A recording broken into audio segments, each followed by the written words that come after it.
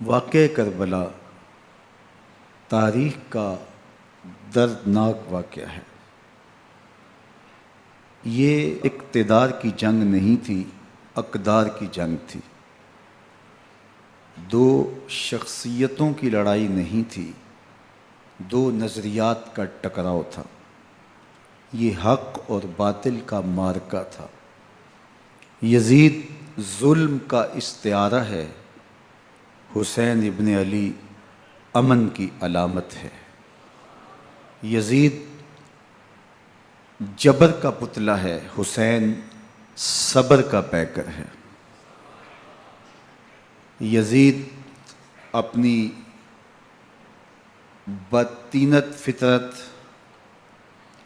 اور اپنی طبع ناہموار کے باعث دنیا پر ذلت و رسوائی، ظلم، جبر، جور و زیادتی کی علامت بن کے ابھرا، اور حسین ابن علی رضی اللہ تعالی عنہ حق و صداقت کا نشان بن کے ابھرا۔ کربلا کے تپتے ہوئے ریگزار میں حسینی اور یزیدی دو کردار سامنے آتے ہیں۔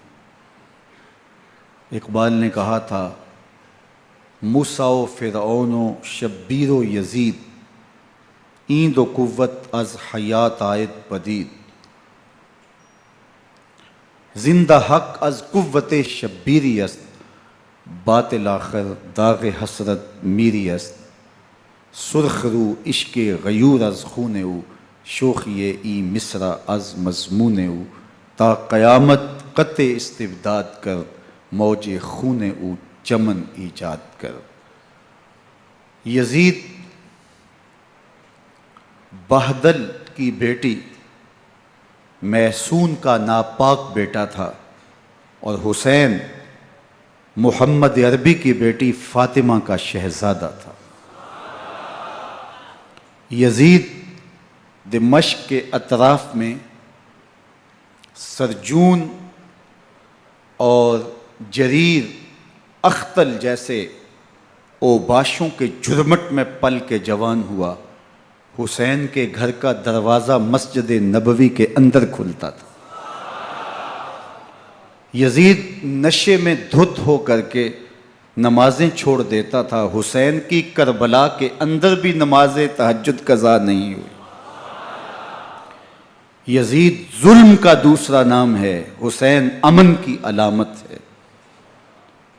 یزید نے زندگی میں ایک مرتبہ حج کیا اور شراب کے مٹکے ساتھ لے کے آیا، اور اختل اور دیگر گویوں اور مغنیوں کو اپنے ساتھ رکھا تاکہ سفر آسانی سے کٹے۔ حسین ابن علی نے 25 حج سواری ہونے کے باوجود پیدل کیے۔ یزید حج بیت اللہ کے بعد مدینہ المنورہ آیا اور شراب کی ایک مجلس بپا کی۔ حضرت امام حسین رضی اللہ تعالی عنہ جب وہاں پہنچے تو شراب کی پھیلی ہوئی بدبو کو محسوس کرتے ہوئے فرمایا، یہ بو کیسی ہے؟ تو نشے میں دھت یزید بولا، یہ شام میں بنتی ہے، اور ایک جام منگوایا اور اس کو پیتے ہوئے دوسرا جام حضرت امام حسین رضی اللہ تعالی عنہ کی طرف بڑھاتے ہوئے کہا، ابا عبداللہ لیجئے۔ تو حضرت امام حسین رضی اللہ تعالی عنہ نے فرمایا، میں اس کی طرف دیکھتا بھی نہیں ہوں، اور پھر وہ عشقی اشعار پڑھنے لگا۔ جب یزید کی شراب نوشی کا منظر امام حسین رضی اللہ تعالی عنہ اپنی آنکھوں سے دیکھ چکے تھے، تو مجھے بتاؤ یزید کے ہاتھ پہ امام حسین کا پاک ہاتھ کیسے آتا؟ حضرت امام حسین رضی اللہ تعالی عنہ جس ماحول میں پلے تھے، جس ماحول میں پرورش پائی تھی، جس ماحول میں رہے تھے، وہ پاکیزہ اور تقدس مآب ماحول تھا۔ اور یزید کبھی اطراف دمشق میں، کبھی غوطہ میں، کبھی الخضرہ محل میں، اور کبھی کہاں داد عیش دیتا رہا اور لہو و لعب کے اندر مصروف رہا، اور اس کی زندگی ان چیزوں سے عبارت تھی۔ وہ محرمات کو حلال قرار دیتا، شراب نوشی اس کی ہڈیوں میں رچی ہوئی تھی، اور شریعت بیضا کا مذاق اڑایا کرتا۔ اور حسین ابن علی رضی اللہ تعالی عنہ کی دوستیاں جن لوگوں سے تھی وہ عبداللہ ابن عباس تھے، عبداللہ ابن عمر تھے، حضرت عبد الرحمن بن ابو بکر رضی اللہ تعالی عنہ تھے۔ یزید تو جوا کھیلتا رہا، یزید تو قمار بازی کرتا رہا، یزید تو شراب نوشی کرتا رہا، اور حسین ابن علی مسجد نبوی کے ممبر میں حضور کے پہلوؤں میں بیٹھتے رہے۔ زمانے نے وہ منظر دیکھا کہ سرخ رنگ کے جوڑے پہنے ہوئے حسنین کریمین حجرہ فاطمہ سے نکلتے ہیں، کم عمری کی وجہ سے کبھی گرتے ہیں کبھی سنبھلتے ہیں، اور آقا کریم خطبہ ارشاد کر رہے ہیں، خطبہ چھوڑ کے حضور نے شہزادوں کو اٹھا لیا۔ وہ منظر بھی زمانے نے دیکھا۔ حضرت عبداللہ بن شداد کہتے ہیں کہ حضور سجدے میں تھے اور سجدہ اتنا طویل ہو گیا، ہمیں لگا یا تو وحی کا نزول ہو رہا ہے یا پھر اللہ کا حکم آ گیا اور اللہ کے محبوب کی روح قبض کر لی گئی۔ لیکن میں نے جب نظریں اٹھا کے ننکیوں سے دیکھا تو کیا منظر تھا کہ حسین ابن علی حضور کی پشت پہ بیٹھے ہوئے اور میرے آقا سجدے کو طول دے رہے ہیں۔ اللہ اکبر! حسین کے لیے پیغمبر کے سجدوں کو طول دیا جا رہا ہے۔ حسین ابن علی کبھی ممبر پہ حضور کی اطراف میں بیٹھتے ہیں، وہ منظر بھی دنیا نے دیکھا کہ حضور کے مبارک کندھوں پر حسین ابن علی بیٹھے ہیں اور حضور کی زلفوں کو پکڑا ہوا ہے۔ تو حضرت عمر رضی اللہ تعالیٰ عنہ دیکھ کے کہتے ہیں واہ واہ کیسی سواری میسر آئی حسین ابن علی کو۔ تو میرے آقا مسکرا کے کہتے ہیں عمر سواری دیکھتے ہو سوار بھی تو دیکھو۔ اللہ اکبر! حضرت اسامہ بن زید بن حارثہ رضی اللہ تعالیٰ عنہ فرماتے ہیں رات کا ایک پہر گزر گیا اور مجھے حضور سے کوئی کام تھا، میں آقا کریم کی خدمت میں حاضر ہوا، در دولت پہ دستک دی، حضور تشریف لائے تو چادر اوڑی تھی، بکل کی ہوئی تھی میرے حضور نے، تو میں نے اپنی حاجت کہی تو حضور نے میری حاجت پوری کر دی۔ لیکن ایک منظر میں نے دیکھا کہ حضور نے جو چادر کی بکل فرمائی تھی اس کے اطراف میں پہلوؤں میں ابھار تھے جس طرح اندر کوئی ہو۔ مجھ سے نہ رہا گیا، میں نے پوچھ لیا، میں نے کہا بندہ نواز چادر کے اندر کیا ہے؟ فَكَشَفَهُ، تو حضور نے چادر کو کھول دیا۔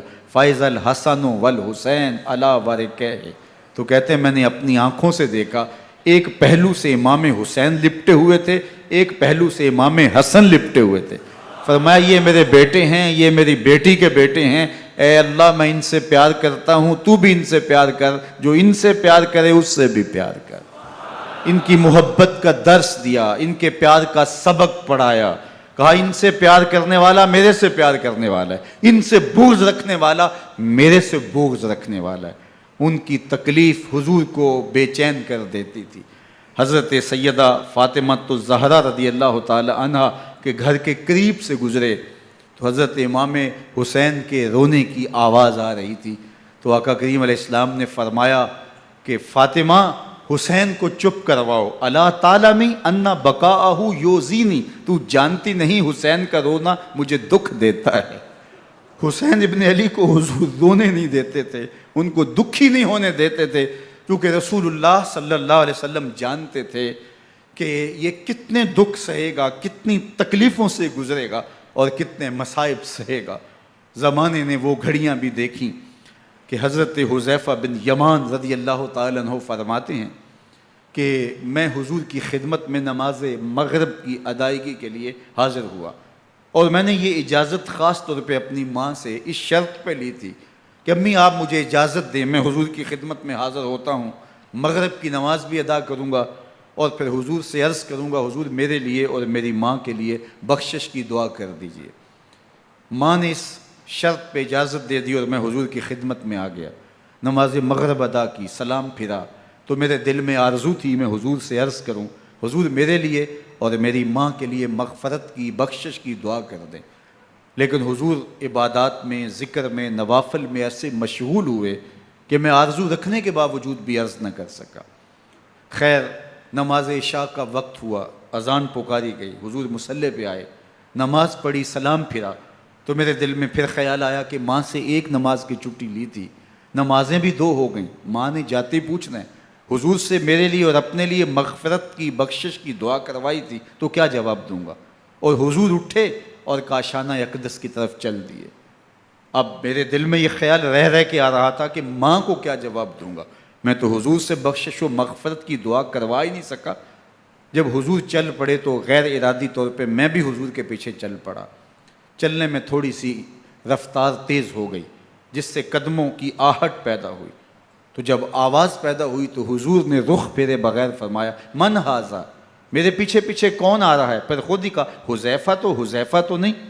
تو میرا دل دھڑک رہا تھا، قلت نعم، میں نے کہا جی حضور میں حذیفہ ہوں۔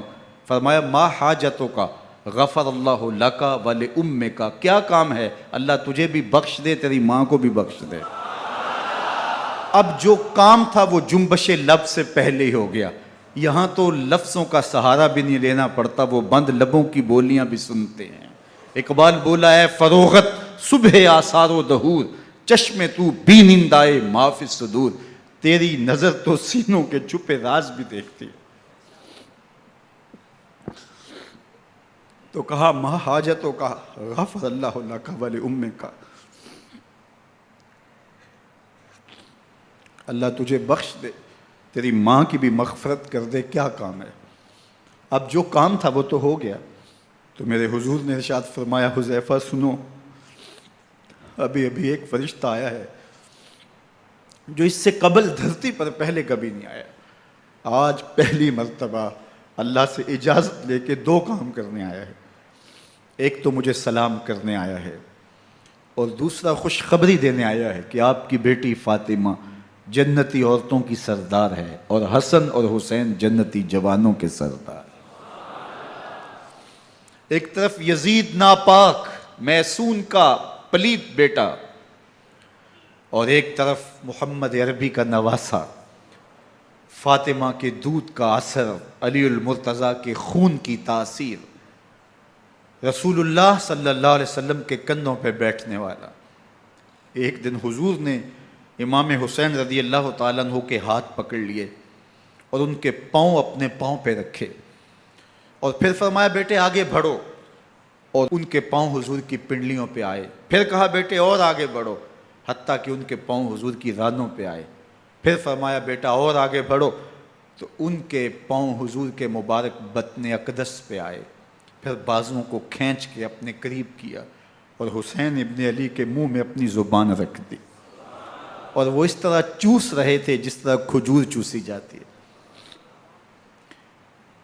تو اللہ کے محبوب علیہ السلام نے حسین ابن علی کو اپنی زبان کا لعاب دہن دے کر کے، وہ شیر رحمت دے کر کے، وہ کوثر و تسلیم سے پاکیزہ تر آب رحمت عطا کر کے ان کی ہمیشہ کے لیے پیاس بجھا دی، تاکہ کل کربلا کے تپتے ہوئے ریگزار میں حسین ابن علی کو پیاس کی شدت تنگ نہ کرے اور پائے استقلال میں لغزش نہ آنے پائے۔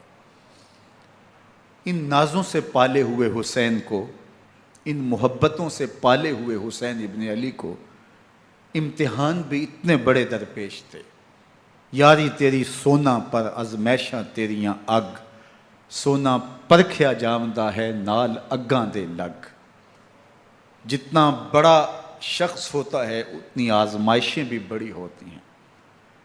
پیغمبر رحمت کی آغوش میں کھیلنے والا، حجرہ فاطمہ کا جانشین، مصلی رسول کا وارث، منبر رسول صلی اللہ علیہ وآلہ وسلم پر حضور کے مبارک پہلو اور گود میں بیٹھنے والا حسین، حضور کی زبان چوسنے والا حسین، حضور کے کندھوں پہ سواری کرنے والا حسین، آقا کریم علیہ الصلوۃ والسلام کے مبارک سجدے کی حالت کے اندر حضور کی پشت پہ کھیلنے والا حسین، جس حسین کا دروازہ مسجد نبوی کے اندر کھلتا تھا اور یزید کی کرتوتوں کے چشم دید گواہ تھے۔ یزید جب تخت نشین ہوتا ہے تو اسے یہ فکر ہوتی ہے کہ امام حسین، عبداللہ بن زبیر، عبداللہ بن عمر، عبداللہ ابن عباس یہ میری بیعت کریں۔ اور وہ ولید بن عقبہ کو لکھتا ہے کہ ہر صورت میں ان کی بیعت لو، اور اگر بیعت نہ دیں تو سختی کرو۔ حضرت امام حسین رضی اللہ تعالی عنہ کو بلاوا آتا ہے کہ آپ کو دارالامارت میں گورنر ہاؤس میں بلایا جا رہا ہے، ولید بن عقبہ کا پیغام آپ کو پہنچتا ہے۔ آپ اس وقت فرماتے ہیں کہ اس وقت جو پیغام پہنچا ہے وہ کسی خطرے سے خالی نہیں ہے، تو کچھ سواروں کو ساتھ لیا، کہا تم دارالامارت کے باہر کھڑے رہنا، اگر میری آواز بلند ہوئی تو اندر آ جانا، ورنہ تم انتظار کرنا۔ آپ اندر گئے۔ ولید بن عقبہ نے مروان کو بھی بلایا تھا۔ مروان بن حکم یہ گورنر مدینہ ولید سے پہلے رہ چکا ہے، تو اس نے مشورہ دیا کہ سختی کی جائے۔ خیر ولید بن عقبہ نے کہا کہ یہ خط ہے، حضرت امیر معاویہ کا انتقال ہو گیا اور یزید تخت نشین ہوا ہے، لہٰذا وہ آپ سے بیعت کا مطالبہ کرتا ہے۔ تو حضرت امام حسین رضی اللہ تعالیٰ عنہ نے فرمایا کہ میرے جیسا شخص یوں چھپ کے بیعت نہیں کر سکتا، اور آپ واپس پلٹے۔ مروان بن حکم نے ولید بن عقبہ کو کہا کہ یہ موقع ہے جانے نہ دیا جائے، اگر یہ نکل گئے تو دوبارہ تم قابو نہیں پا سکو گے، اور انہیں یہیں قتل کر دیا جائے۔ حضرت امام حسین رضی اللہ تعالیٰ عنہ نے یہ بات سن لی۔ کہتے ہیں حضرت امام حسین انہی قدموں کے بل واپس پلٹے اور مروان بن حکم سے مخاطب ہو کے کہا، مروان کیا بول رہا ہے؟ وہ خاموش ہو گیا۔ فرمایا تو جانتا نہیں ہم کون ہیں؟ آنا حسین ابن علی ابن ابی طالب، میں حسین ہوں، میں علی کا بیٹا ہوں، ہمارے گھر میں قرآن اترتا رہا ہے، وحی کا نزول ہوتا رہا ہے، اور یزید فاسق ہے، فاجر ہے، مسلمانوں کا قاتل ہے اور شرابی ہے، میں ڈنکے کی چوٹ پہ یزید کی بیعت سے انکار کرتا ہوں۔ بس حیدری کچھار سے محمدی شیر نکل آیا ہے۔ اب اوسان خطا ہو گئے، راستہ چھوڑ دیا، واپس آئے، سیدہ زینب سے ملے، کہا مدینے کو چھوڑنا پڑے گا۔ کہا بھیا کیا ہوا؟ کہا یزید بیعت لینے پہ مصر ہے اور میں کسی صورت بھی بیعت نہیں کروں گا۔ رسول اللہ کا مدینہ ہمارے خون سے لالا زار بنے گا، میں نہیں چاہتا کہ حضور کے شہر نور کی حرمت پامال ہو۔ دوستو وہ کیسا منظر ہوگا جب حسین ابن علی نے آخری حاضری حضور کے روضے پہ دی ہوگی۔ حاجی یا معتمر 10 دن کے لیے، 8 دن کے لیے، 20 دن کے لیے مدینہ المنورہ عارضی سکونت اختیار کرتا ہے، اور حضور کے روضہ انور سے، اس شہر نور سے، ان گلیوں سے، ان بام و در سے ایسا مانوس ہو جاتا ہے کہ جب واپس پلٹ رہا ہوتا ہے ان دعاؤں کے ساتھ کہ دوبارہ آنا بھی نصیب ہو، اور اسے لگتا ہے کہ میں دوبارہ بھی بلایا جاؤں گا، لیکن اس کے باوجود شہر حبیب چھوڑنا قیامت سے کم نہیں ہوتا۔ اعظم چشتی مرحوم آخری بار جب حضور کے روضہ انور پہ گئے تو بیمار تھے، ویل چیئر پہ تھے۔ باب بقی سے باہر نکلے تو خادم سے کہا کہ میری ویل چیئر پیچھے سے کھینچو تاکہ میرا رخ روضہ انور کی طرف رہے، اور وہ پیچھے سے کھینچتا چلا جا رہا ہے، اور جب باب مکہ سے پیچھے جنت البقیع کے قریب سے گنبد خضرا نگاہوں سے اوجل ہونے لگا تو اعظم چشتی مرحوم نے کہا، جان بدن سے نکلتی ہے اعظم، جان بدن سے نکلتی ہے اعظم، کوئی آسان ہے مدینے سے جدا ہونا، کوئی آسان ہے مدینے سے جدا ہونا۔ یہ اس شخص کی کہانی ہے جو 10 دن، 5 دن، مہینہ، 2 ماہ وہاں رہتا ہے، اور پھر اس شہر کو چھوڑ کے آنا اس کے لیے آسان نہیں ہوتا۔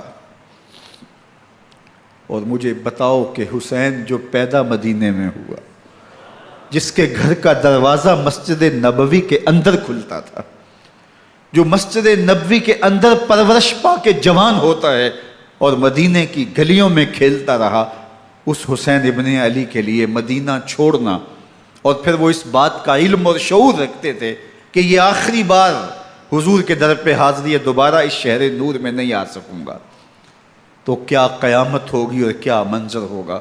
محمد بن حنفیہ کے علاوہ خاندان نبوت کے جتنے لوگ تھے ان سب نے شہر مدینہ کو الوداع کہا، اور رات کے موقع میں مدینہ المنورہ کو، مسجد نبوی کو چھوڑ کر کے مکہ کی جانب عازم سفر ہوئے۔ 3 شعبان المعظم کو مکہ المکرمہ پہنچتے ہیں، ادھر کوفیوں کے خطوط آنے شروع ہو جاتے ہیں۔ حضرت امام حسین رضی اللہ تعالیٰ عنہ مسلم بن عقیل رضی اللہ تعالیٰ عنہ کو صورتحال معلوم کرنے کے لیے بھیج دیتے ہیں۔ 40,000 کوفی آپ کے ہاتھ پہ بیعت کر لیتے ہیں۔ ادھر 25 پیدل حج کرنے والے حضرت امام حسین 8 ذی الحج کو احرام باندھتے ہیں، لیکن آپ کو پتہ چلتا ہے کہ حاجیوں کے روپ میں قاتل چھپا دیے گئے، تو آپ اس احرام کو حج کی بجائے عمرے میں بدلتے ہیں اور کوفے کی جانب عازم سفر ہوتے ہیں۔ کائنات والو، ذرا سینے پہ ہاتھ رکھ کے دیکھو کہ یہ کتنا مشکل مرحلہ تھا۔ اس دین کی آبرو کو بچانے کے لیے حضرت امام حسین رضی اللہ تعالیٰ عنہ نے کتنا بڑا قدم اٹھایا۔ آپ کے بہی خواہ، دوست، احباب عبداللہ بن عمر یہ سارے روکتے ہیں۔ عبداللہ بن عباس کہتے ہیں حضرت نہ جائیے، الکوفی لا یوفی، کوفی کبھی وفا نہیں کرتے، آپ کے والد کو وہاں شہید کیا گیا، لیکن آپ ایک فرض کو نبھانے جا رہے ہیں۔ میرے غم گسارو، میرے مہربانوں، نہ روکو مجھ کو جانے دو، مجھے نانے کے دی کی ڈوبتی کشتی بچانے دو، میں جاتا ہوں کہ دنیا پر وفا کا نام رہ جائے، میں رہوں نہ رہوں پر عظمت اسلام رہ جائے۔ میں نہیں جاتا تو نبی کے گھر کی آن جاتی ہے، میں نہیں جاتا تو نبی کے گھر کی آن جاتی ہے، تمہارا دین جاتا ہے، میری غیرت ایمان جاتی ہے۔ حضرت امام حسین یہاں سے چلتے ہیں، ابھی راستے میں ہی پہنچتے ہیں کہ یہ خبر آتی ہے کہ کوفے والوں نے بے وفائی کر دی، حضرت مسلم بن عقیل رضی اللہ تعالیٰ عنہ کو شہید کر دیا گیا، نعمان بن بشیر معزول کر دیے گئے، ابن مرجانہ ابن زیاد وہاں متعین کر دیا گیا جو سخت گیر شخص تھا، اور اس نے لوگوں کو ڈرایا، دھمکایا، اور کوفے کے لوگوں کے دل بدل گئے اور وہ بیتیں توڑنے لگے۔ وہ منظر مسجد کوفہ کا کتنا دلگداز تھا۔ جب امام نماز کے لیے کھڑے ہوئے تو 40,000 لوگ آپ کے پیچھے تھا۔ جب سلام پھیرا اور امام نے دیکھا کہ پیچھے لوگ نہیں ہیں، پھر لوگوں نے اپنے دروازے بھی بند کر لیے۔ رات کی تنہائیاں ہیں اور حضرت مسلم بن عقیل کو کوئی پناہ دینے والا نہیں ہے۔ لوگوں نے دروازے بند کر لیے کہ کہیں ہمارے گھر میں نہ آ جائیں اور ہم مشقت اور حکومتی تشدد کا شکار نہ ہوں۔ کتنا دردناک لمحہ ہے حضرت مسلم بن عقیل رضی اللہ تعالیٰ عنہ پہ، اور پھر حضرت مسلم بن عقیل بے دردی سے شہید کر دیے جاتے ہیں۔ آپ ابھی راستے میں ہیں، یہ ساری کہانی پہنچتی ہے کہ حضرت مسلم شہید کر دیے گئے اور بے دردی سے شہید کر دیے گئے۔ وہ جنہوں نے خط لکھے تھے کہ ہم آپ کے ساتھ ہیں اور ہم منتظر ہیں، چشم برا ہیں، آپ کے قدموں کی چاپ سننے کے لیے بےتاب ہیں، آج انہوں نے بیتیں توڑ دی۔ 40,000 کوفی منحرف ہو گئے۔ مسجد کوفہ کا وہ منظر کس قدر روح کو تڑپا دینے والا تھا۔ ہم پچھلے سال عصر اور مغرب کے درمیان جب کوفہ پہنچے تو سورج ڈوبنے کے قریب تھا۔ میں نے اپنی زندگی میں اتنا اداس موسم کہیں نہیں دیکھا جتنا اداس موسم کوفے میں دیکھا۔ ایسے لگتا تھا جس طرح کوفے کی آب و ہوا آج بھی شرمندہ ہے۔ جو مسلم بن عقیل اور خاندان نبوت کے ساتھ اہل کوفہ نے کیا، حضرت امام حسین رضی اللہ تعالیٰ عنہ کو ان کے بہی خواہوں نے، اعزاء نے، اقربا نے، دوستوں نے، آوان و انصار نے، ساتھیوں نے کہا کہ حضرت حالات یکسر تبدیل ہو گئے، اب ہمیں مراجعت کر جانی چاہیے، واپس پلٹ جانا چاہیے۔ تو حضرت امام حسین کافی سوچ بچار میں رہے، پھر اس کے بعد آپ نے فیصلہ کیا کہ ہم آگے بڑھیں گے۔ دوستوں نے کہا کہ حضرت اگر آپ آگے بڑھیں گے تو ہمیں لگتا ہے کہ وہ آپ کے ساتھ سلوک اچھا نہیں کریں گے اور آپ بچوں کے سامنے پیاس سے شہید کر دیے جائیں گے۔ تو حضرت امام حسین رضی اللہ تعالیٰ عنہ نے وہاں ایک خطبہ ارشاد فرمایا کہ لوگو تم جو مجھے بتا رہے ہو مجھے اچھی طرح معلوم ہے، جو تم مجھے منظر پیش کر رہے ہو وہ میری نگاہوں میں ہے، اور جو کچھ ہونے والا ہے چشم تصور وہ منظر دیکھ رہی ہے۔ چونکہ حضرت امام حسین رضی اللہ تعالیٰ عنہ کی شہادت کی خبر حضرت امام حسین کے پیدا ہوتے ہی خاندان نبوت میں عام تھی۔ حضور علیہ الصلوۃ والسلام کو یہ بات جبریل امین نے آ کے بتائی تھی جب حسین ابن علی کے ساتھ حضور محبت کا اظہار کر رہے تھے، تو یہ جبریل امین نے آ کے کہا تھا حضور آپ کا یہ بیٹا ارض طف میں شہید کر دیا جائے گا، اور کربلا کی مٹی لا کے حضور کو دی اور ام سلمہ کو حضور نے عطا کر دی۔ حضرت ام سلمہ کہتی ہیں کہ ایک دن میں سوئی تو خواب دیکھا کہ حضور کے مبارک بال بکھرے ہوئے ہیں اور سخت پریشان ہیں، تو میں نے کہا کہ حضور آپ کی یہ کیا حالت ہے؟ وَبِيَدِهِ قَارُورَةٌ، اور حضور کے ہاتھ میں ایک شیشی ہے، فِيهَا دَمٌ، جس کے اندر خون ہے۔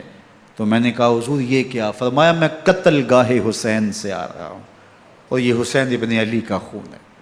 تو کہا 10 محرم کا دن تھا، دوپہر کا یہ منظر تھا، میں کیلولہ کر کے اٹھی، جب میں نے دیکھا تو وہ شیشی جس میں کربلا کی مٹی رکھی تھی وہ خون بن چکی تھی۔ تو یہ خبر پہلے دی گئی تھی، یہ بتا دیا گیا تھا۔ فرمایا میرے دوستو جو تم مجھے بتاتے ہو میں اس سے بے خبر نہیں ہوں، یہ سب کچھ ہونے والا ہے، لیکن اس کے باوجود میں کیوں جا رہا ہوں؟ تو آپ کا ایک تاریخ ساز جملہ ہے جو کربلا کے فلسفے کو ہمارے سامنے رکھتا ہے کہ یہ اتنا بڑا امتحان کیوں دیا۔ حضرت امام حسین رضی اللہ تعالیٰ عنہ نے فرمایا وَلَكُمْ فِي أُسْوَةٌ، میں اس لیے جا رہا ہوں قیامت تک ظلم، جبر اور ناانصافی کے خلاف کھڑے ہونے والوں کے لیے کوئی نمونہ تو ہو۔ میری زندگی قیامت تک ظلم، جبر اور استحصالی نظام کے خلاف کھڑے ہونے والوں کے لیے نمونہ ہے۔ تو حضرت امام حسین رضی اللہ تعالیٰ عنہ نے حق اور باطل کے درمیان ایک سرخ لکیر کھینچ دی اپنے خون سے۔ اب حق اور باطل کا امتیاز کرنا مشکل نہیں ہے، کوئی باطل پہ اڑا رہے تو الگ بات ہے، لیکن امتیاز کرنا مشکل نہیں ہے۔ حدود بالکل واضح کر دیں۔ اقبال نے یہاں کتنی خوبصورتی کے ساتھ اس مضمون کو نبھایا۔ سرخ رو عشق غیور از خون او، شوخی این مصرع از مضمون او، تا قیامت قطع استبداد کر، موج خون او چمن ایجاد کر۔ ایک جہاں آباد کر دیا، حق اور باطل کی راہیں اجال دی۔ اب لوگوں کو یزید کا چہرہ پہچاننے میں دیر نہیں لگتی، وقت کے ہر یزید کا چہرہ آسانی سے پہچانا جا سکتا ہے۔ یہ معرفت زمانے کو کروائی کس نے؟ حسین ابن علی نے کروائی رضی اللہ تعالی عنہ۔ تو حضرت امام حسین نے فرمایا کہ جو میرے ساتھ ہونے والا ہے میں اچھی طرح جانتا ہوں، لیکن میں اس کے باوجود آگے بڑھوں گا۔ پھر بڑھے اور کربلا میں جا کے خیمہ زن ہو گئے۔ 7 محرم کو پانی بند کر دیا گیا، پانی بند ہوا تو کھانا بھی میسر نہیں تھا، لیکن ذکر پانی کا ہوتا ہے اس لیے کہ کھانے کے بغیر انسان کئی دن کاٹ لیتا ہے، لیکن پانی کے بغیر گزر نہیں ہوتی۔ تو فرات کی نہر سامنے اپنی موجوں کے ساتھ چمک رہی ہے، لیکن ایک قطرہ آب بھی آل رسول کو نہیں دیا جا رہا۔ کائنات کے اندر ایسے انوکھے امتحان بھی ہوتے ہیں، وارث ہوں ساقی کوثر کے، مالک ہوں حوض کوثر کے، اور بیٹے ہوں ساقی کوثر کے، اور آج ایک بوند پانی کی بھی میسر نہ ہو۔ صبر کا امتحان ہے، عزیمت کا امتحان ہے۔ حضرت امام حسین رضی اللہ تعالیٰ عنہ خیمہ زن ہو گئے، 3 دن تک پانی بند رہتا ہے، 9 محرم کو رات کی تنہائی میں حملہ آور ہونا چاہتے ہیں، لیکن آپ نے کہا کہ ہمیں اللہ کے حضور عبادت اور ذکر کے لیے وقت دیا جائے۔ ساری رات ذکر میں گزرتی ہے، عبادات میں گزرتی ہیں۔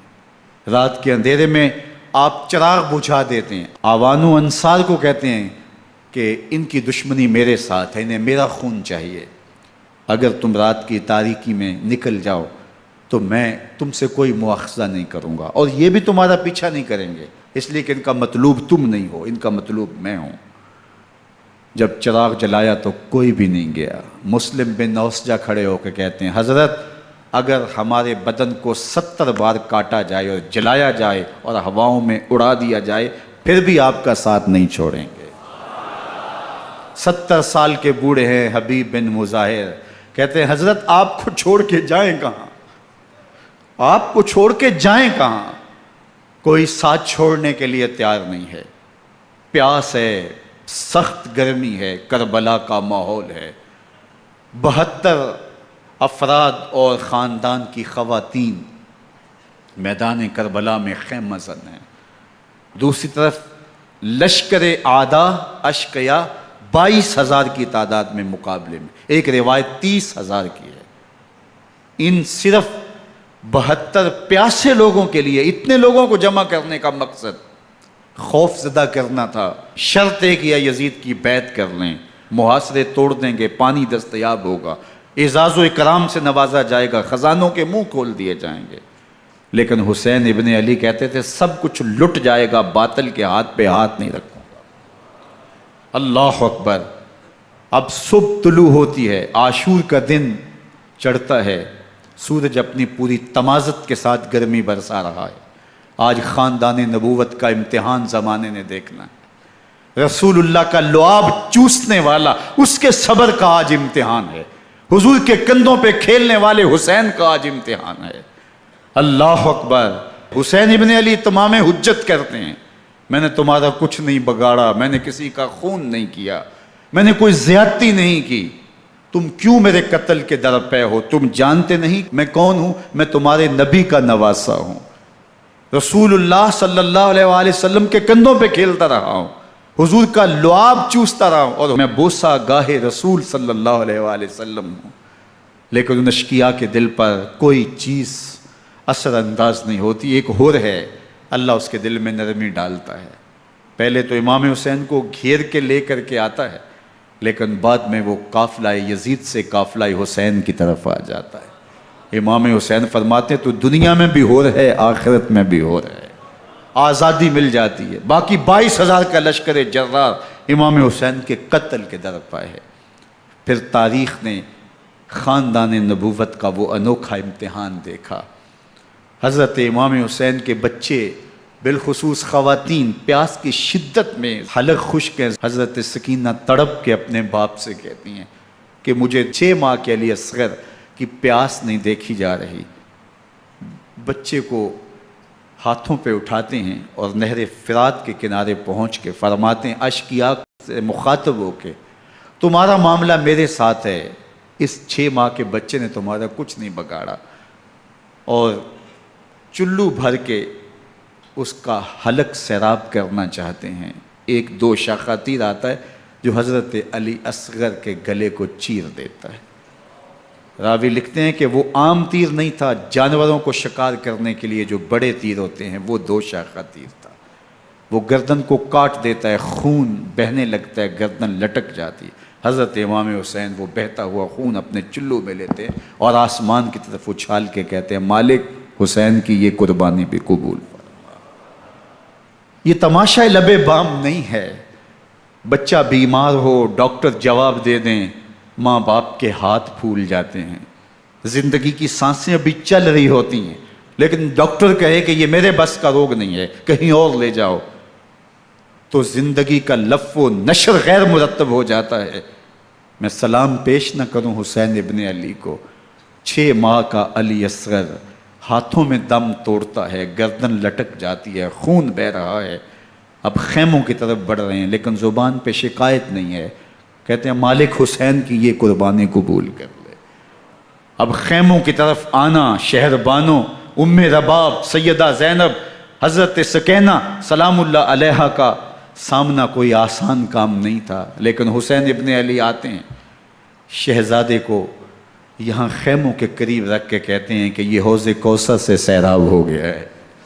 اللہ اکبر، کوہرام مچ جاتا ہے خیموں کے اندر، کیا منظر ہوگا اور ان کو کن الفاظ کے پیرائے میں ڈھال کر کے ان کیفیات کو بیان کیا جا سکتا ہے جو اہل بیت کے خیموں کے اندر علی اصغر کی شہادت کے بعد کا منظر رقم ہو رہا ہوگا۔ اللہ اکبر، ادھر اشکیا آوازیں دے رہے ہیں، مبارزت کے لیے پکار رہے ہیں۔ زمانے نے پھر وہ منظر بھی دیکھا کہ جوان بیٹے کو 18 سال کی کمائی حضرت امام حسین میدان عمل میں بھیج رہے ہیں۔ وہ علی اکبر جو حسین کا نور نظر ہے، آنکھوں کا قرار ہے، دل کی تسکین ہے۔ اور پھر حضرت علی اکبر جب گھوڑے کی زین سے فرش زمین پہ گرتے ہیں تو باپ کو آواز دیتے ہیں، اور حضرت امام حسین جو ہے وہ آگے جا کے بیٹے کی لاش اٹھاتے ہیں۔ اللہ اکبر، 18 سال کے بیٹے کی لاش کو کندھوں پہ اٹھا کے خیموں تک لاتے ہیں اور ہاتھ پھیلا کے کہتے ہیں مالک حسین کی یہ قربانی بھی قبول فرما۔ کبھی قاسم بن حسن کی لاش اٹھا کے لاتے ہیں، کبھی اون و محمد کی لاشیں اٹھا کے لاتے ہیں، بھتیجوں کی، بھانجوں کی، بھائی عباس کے کٹے ہوئے بازو اور زخموں سے چھدا ہوا لاشا۔ کیا کیا قیامتیں تھیں جو اس کربلا کے ایک میدان کے اندر نہیں توڑی گئیں۔ حضرت امام حسین پر دکھ پہ دکھ، تکلیفوں پہ تکلیفیں۔ اب 71 لاشیں اٹھا کے خیموں تک پہنچا چکے، اور ادھر مبارزت کی دعوت دی جا رہی، آؤ میدان عمل میں آؤ، اب دیر کیوں کر رہے ہو۔ رسول اللہ کا حرم، رسول اللہ کی شہزادیاں جو نازوں میں پلی تھیں، وہ کلیاں جو شبنم کا بوجھ بھی گوارا نہیں کر سکتی تھی، آج مصیبتوں کے پہاڑ ٹوٹ گئے۔ حضرت امام حسین کبھی شہربانوں کو، کبھی ام رباب کو دلاسا دیتے ہیں، کبھی حضرت زینب کو کہتے ہیں۔ حضرت زینب کربلا کے اس میدان کے اندر بڑے حوصلے کے ساتھ اپنے بھائی کے ساتھ کھڑی رہی، اپنے 2 بیٹے راہ خدا میں پیش کیے، ان کی لاشیں وصول کیں، لیکن زینب جس جرأت کے ساتھ، جس پامردی کے ساتھ اس سارے منظر کو حوصلے کے ساتھ سہتی رہی، وہ یقیناً حوصلہ سیدہ زینب سلام اللہ علیہا کا ہی ہے۔ لیکن یہ وہ منظر تھا کہ زینب کا دل بھی ڈول گیا جب حسین ابن علی گھوڑے پہ بیٹھنے لگے اور ان کو گھوڑے میں بٹھانے والا کوئی نہیں تھا، اور جو بھی سوار جاتا پھر واپس اس کی لاش ہی آتی اور حسین ابن علی لے کے آتے۔ آج حسین ابن علی جا رہے ہیں، زندگی کا سارا سرمایہ لٹ رہا ہے، حضرت زینب سلام اللہ علیہا سنبھل نہیں رہی۔ حضرت امام رضی اللہ تعالیٰ عنہ اٹھے اور آپ نے حضرت زینب کو صبر کی تلقین کی اور کہا کہ صبر ہی بہترین ذریعہ ہے اور اللہ کی قربت کا ایک بہترین سبب ہے، اور ان کو صبر کی تلقین کرتے ہوئے فرمایا کہ میرے بعد تم نے اس ذمہ داری کو سنبھالنا ہے اور ان مخدرات اسلام کی، ان شہزادیوں کے پردے کی تم نے حفاظت کرنی ہے۔ اور پھر گھوڑے کی زین کس کے امام حسین لشکر اشکیا کی طرف بڑھتے ہیں۔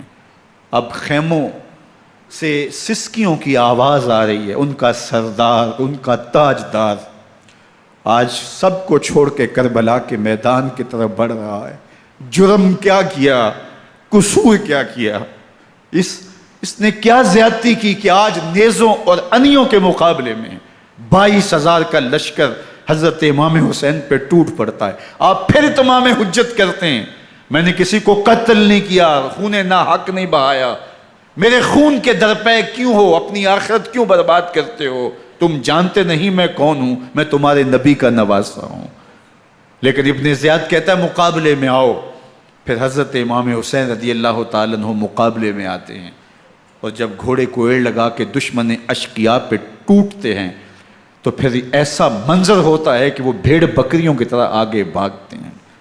71 زخم کلیجے پہ لیے شجاعت کا یہ پیکر جب میدان میں آتا ہے، آواز آتی ہے یہ کون ذی وقار ہے، بلا کا شاہ سوار ہے، لباس ہے پھٹا ہوا غبار سے اٹا ہوا، تمام جسم نازنی چھدا ہوا کٹا ہوا، یہ نبی کا نور عین ہے، یہ بالیقین حسین ہے، یہ حسین ابن علی ہے رضی اللہ تعالیٰ عنہ۔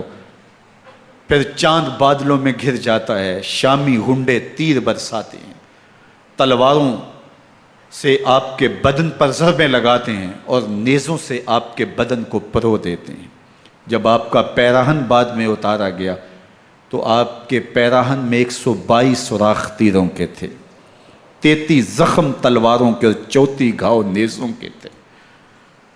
جب گھوڑے کی زین سے فرش زمین پر آئے، بدن چھلنی تھا، زخم زخم سے خون بہ رہا تھا، 3 دن کا پیاسا حسین، اللہ اکبر، بدن زخموں سے چور، 71 لاشیں کلیجے پہ لیے، مخدرات اسلام کے پردے کا خیال دل میں الگ ہے، لیکن گھوڑے کی زین سے جب فرش زمین پہ امام حسین آتے ہیں، زبان پہ ہائے نہیں، نالا و شیون نہیں، چیخ و پکار نہیں، آتے ہی پیشانی سجدے میں رکھتے ہیں اور پکارتے ہیں اللہم ردن بقضائک وصبرن علی بلائک تسلیمن لامرک سبحان ربی العالی۔ مالک گھر لٹا کے، بچے لٹا کے، خاندان سب کچھ قربان کر کے، اپنے بدن کو زخموں سے چھلنی کروا کے، تیروں اور نیزوں کی انیوں سے اپنے آپ کو زخمی کروا کے، تیرے حضور سر جھکا کے یہ اقرار کرتا ہوں کہ حسین تیری تقدیر پہ راضی ہے، مالک تو بھی بتا، تو بھی حسین پہ راضی ہوا ہے کہ نہیں ہوا؟ آواز آ رہی ہے، اس پیاسے پر علی شیر خدا کو ناز ہے، اس نواسے پر محمد مصطفیٰ کو ناز ہے، اوروں نے بھی سجدے کیے پر اس کا عجب انداز ہے، اس نے وہ سجدہ کیا جس پر خدا کو ناز۔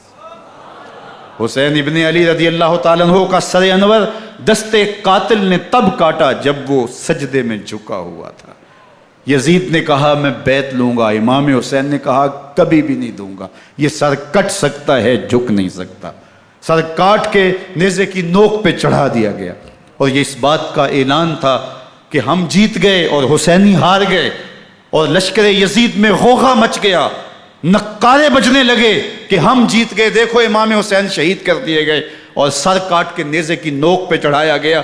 لیکن لشکر یزید سے ہی آواز آئی یہ کیسا سر ہے جو کٹ کے بھی سر بلندی ہے، کٹ گیا ہے پھر بھی اونچا ہے، اللہ اکبر، یہ سر سجدے میں کٹا ہے، رب کے حضور عبادت کی حالت میں کٹا ہے، حسین آج بھی سجدے میں ہے، اللہ اکبر، حسین آج بھی سجدے میں ہے، بلکہ کٹے ہوئے سر کا رخ زمین کی جانب تھا اور کٹی گردن آسمان کی طرف، یوں نیزے پہ پرویا گیا، اللہ اکبر۔ ایک شاعر نے نقشہ کھینچا، بآنکھ سر نیزے پہ اور سوئے زمین ہے روح، یعنی سجدہ ثانی کی ہے آرزو۔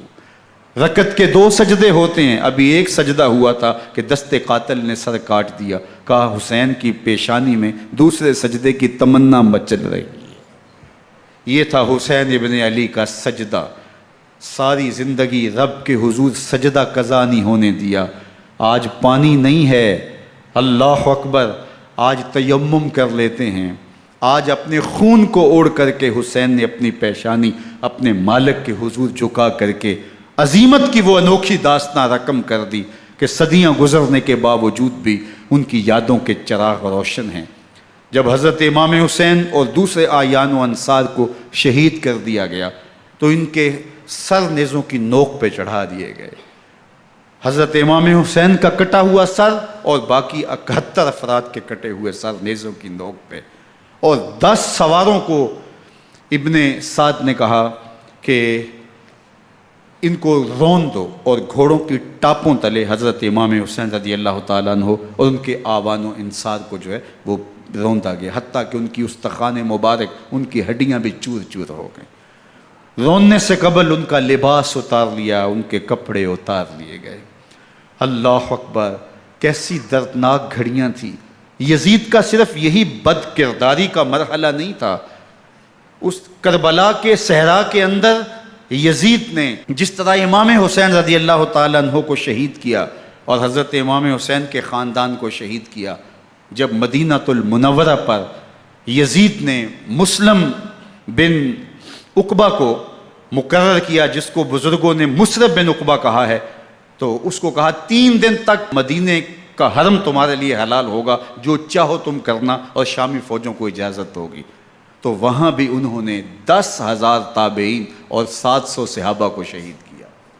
حضرت ابو سعید خدری رضی اللہ تعالیٰ عنہ گھر سے باہر نکلے، کافی بوڑھے ہو چکے تھے، تو انہوں نے حضرت ابو سعید خدری کو پکڑ لیا، کہا تم کون ہو؟ کہا مجھے ابو سعید خدری کہتے ہیں۔ تو کہا ہاں تمہارا نام سنا ہے، اور داڑھی سے پکڑ کے کھینچا اور کہا کہ ہے تمہارے پاس جو ہمیں دو؟ تو کہا کہ میرے پاس تو کچھ بھی نہیں، میں تو فقیر آدمی ہوں۔ تو ان کے گھر ان کو لے گئے، تو 2 کبوتر رکھے تھے حضرت ابو سعید خدری نے، تو وہ کبوتر لوٹ کے لے گئے۔ اللہ اکبر۔ حضرت ابن سنان رضی اللہ تعالیٰ عنہ کو، جو حضور کے علم بردار تھے فتح مکہ کے دن، ان کو ستو پہلے پلائے اور پھر ان کی گردن کاٹی گئی، اور کہا یہ ہے وہ ستو جو تم زندگی میں آخری بار پیو گے۔ ایک گھر میں داخل ہوئی شامی فوج، تو ایک خاتون کے ابھی بچہ پیدا ہوا تھا، اور قابلہ نے، دائیا نے، وہ بچہ ماں کی چھاتی پہ لٹایا، اور وہ ماں کا پہلا دودھ پی رہا تھا۔ تو یہ جا کے کہنے لگے نکالو تمہارے پاس جو کچھ ہے۔ تو اس خاتون نے کہا تم جانتے ہو یہ بچہ کون ہے؟ تو انہوں نے کہا ہم نہیں جانتے۔ کہا یہ حضرت ابن ابی کبشہ انماری رضی اللہ تعالیٰ عنہ کا بچہ ہے، اور یہ وہ صحابی ہیں کہ جو بیت الشجرہ کے موقع پہ حضور کے ہاتھ پہ بیعت کرتے ہیں۔ انہوں نے اس چیز کا لحاظ نہ کیا کہ جو کچھ ہے وہ ہمیں دو، ورنہ تیرے بچے کو نہیں چھوڑیں گے۔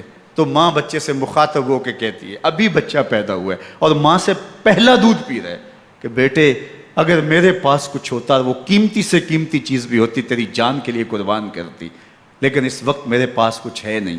تو ایک شکی آگے بڑھا اور بچے کو ایک ٹانگ سے پکڑ کے کھینچ کے دیوار کے ساتھ پٹک کے مارا، جس سے دماغ کا بھیجا نکل گیا۔ کیا کیا زیادتیاں نہیں کی۔ 700 صحابہ حرہ کے واقعہ میں شہید کیے یزید نے، اور 10,000 تابعین شہید کیے۔ مسجد نبوی میں ممبر رسول کے ساتھ گھوڑے باندھے، اور وہ ممبر رسول اور مصلی رسول کے قریب لید کرتے رہے۔ حضرت سعید بن المسیب فرماتے ہیں میں نابینا تھا اور حضور کے روضہ انور کے پاس بیٹھا تھا، اور یزید کے سپاہی آتے، جو بھی مسجد میں نظر آتا پکڑ کے لے جاتے، مجھے نابینا سمجھ کے چھوڑ دیتے، لیکن میں پریشان تھا کہ ظہر کا وقت ہوگا، عصر کا وقت ہوگا، مغرب عشاء کا وقت ہوگا، نہ اذان، نہ اقامت، نہ جماعت، تو کیسے مجھے پتہ چلے گا کہ نماز کا وقت ہو گیا، اور کیسی میری نمازوں کا کیا بنے گا؟ میں اس فکر میں بیٹھا تھا۔ لم ازل اسمع الاذان والاقامت من قبر رسول اللہ صلی اللہ علیہ وآلہ وسلم۔ فرماتے ہیں جب بھی پھر نماز کا وقت آیا، گنبد خضرا سے اذان کی بھی آواز آئی، اقامت کی بھی آواز آئی۔ 3 دن تک مسجد نبوی کے اندر گھوڑے بندے رہے، اور مدینہ کی حرمت پامال کی۔ مدینہ کے گھروں کے اندر یہ بدکماش داخل ہوئے، اور جو بدکاریاں انہوں نے کی کلیجہ منہ کو آتا ہے۔ 1002 شیزائیں ان بدکاروں کی بدکاریوں کی وجہ سے کنواری حالت کے اندر حاملہ ہوئی۔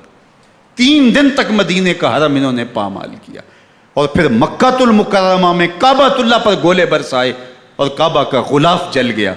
وہ تو یزید مر گیا، اور حضرت عبداللہ ابن زبیر رضی اللہ تعالیٰ عنہ نے اپنی خلافت کا اعلان کیا۔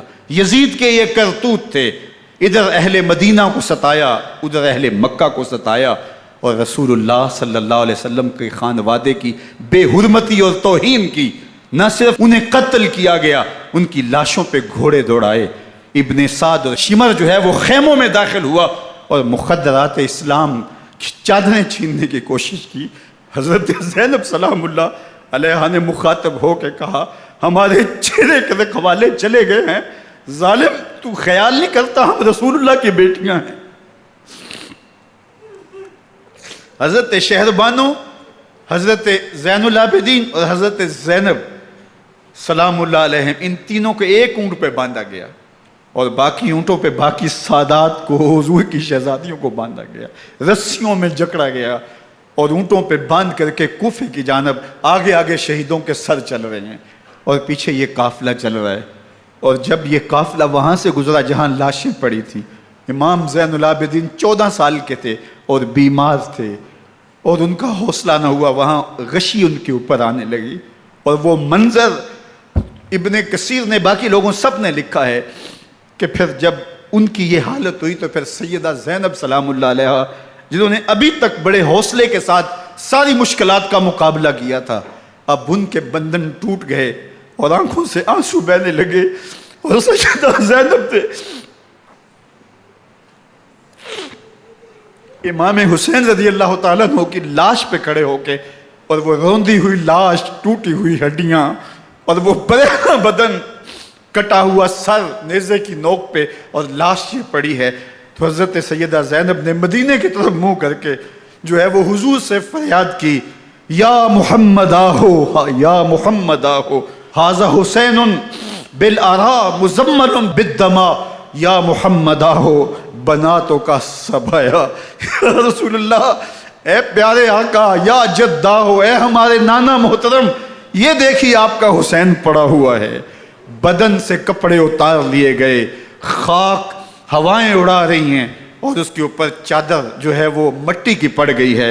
حضور آپ کی اولاد کاٹ دی گئی، اور پھر کہا بناتوں کا سبایا، حضور دیکھیے آپ کی بیٹیوں کے ہاتھ باندھ دیے گئے ہیں، اونٹوں پہ کس دیا گیا ہے، سر شہیدہ آگے آگے چل رہے ہیں، اور حضرت سیدنا امام حسین کا آگے آگے سر ہے۔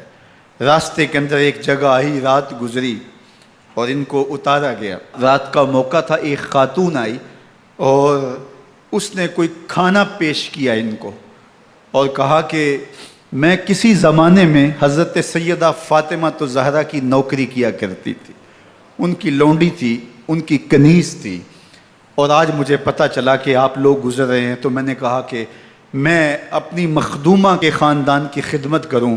اور پھر اس نے کہا کہ اس وقت سیدہ کی گود میں ایک 6-7 ماہ کی بچی تھی جس کو زینب کہا کرتے تھے، تو سیدہ زینب نے کہا کہ اماں اگر پہچانتی ہو تو وہ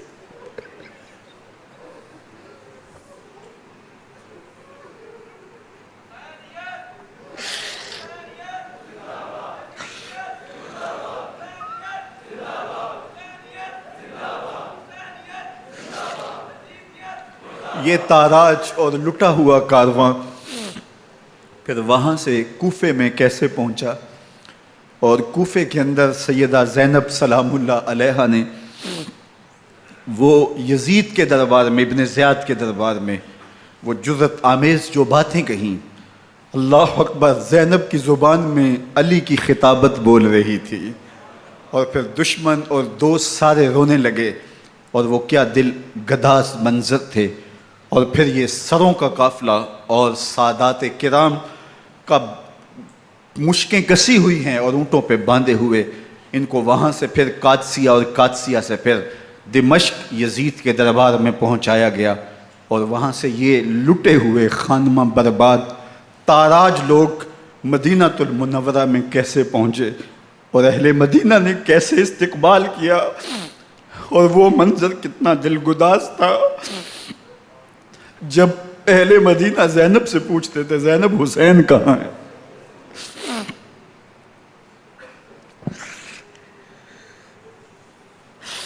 بے مروت بے وفا تیرا بھی کیا افسانہ ہے، جس نے اپنی ہی شمع کو گل کیا تو وہ پروانہ ہے۔ اپنے پیغمبر کے شہزادوں کو اور اپنے پیغمبر کی شہزادیوں کو جو دکھ اس امت نے دیے، یہ کائنات کی ایک انوکھی داستان ہے۔ اللہ ہمیں اسوہ شبیری پہ عمل کی توفیق عطا کرے اور ان کے نقوش پاک کی برکتیں دے، اہل بیت کی محبت ہماری روحوں میں جذب کر دے، اور جس عظیمت کے ساتھ، جس حوصلے کے ساتھ انہوں نے دکھوں کو جھیلا، جو دہکتی آگ کے شعلوں پہ سویا وہ حسین، جو جواں بیٹے کی میت پر نہ رویا وہ حسین، جس نے سب کچھ کھو کے کچھ نہ کھویا وہ حسین، مرتبہ اسلام کا جس نے دوبالا کر دیا، خون نے جس کے دو عالم میں اجالا کر دیا، جو کہ سوزے غم کو سانچے میں خوشی کے ڈھال کے، مسکرایا موت کی آنکھوں میں آنکھیں ڈال کے۔ اے حسین ابن علی تم پر سلام، نازش آل نبی تم پر سلام۔ ذرا میرے ساتھ یہ پڑھ لیجئے، اے حسین ابن علی تم پر سلام، نازش آل نبی تم پر سلام، تم پہ لاکھوں رحمتیں لاکھوں سلام، اے شہیدان محبت کے امام، لالا گوں لالا بدن لالا کفن، اے چمن اندر چمن، زندگی ہی زندگی تیری حیات اے حیات اندر حیات اندر حیات، افتخار ملت بیضا ہے تو، رب کعبہ کی قسم یکتا ہے تو، فخر کا دل میں دریچہ باز کرنا چاہیے، جن کا تو آقا ہے ان کو ناز کرنا چاہیے۔ وآخر دعوانا ان الحمد للہ۔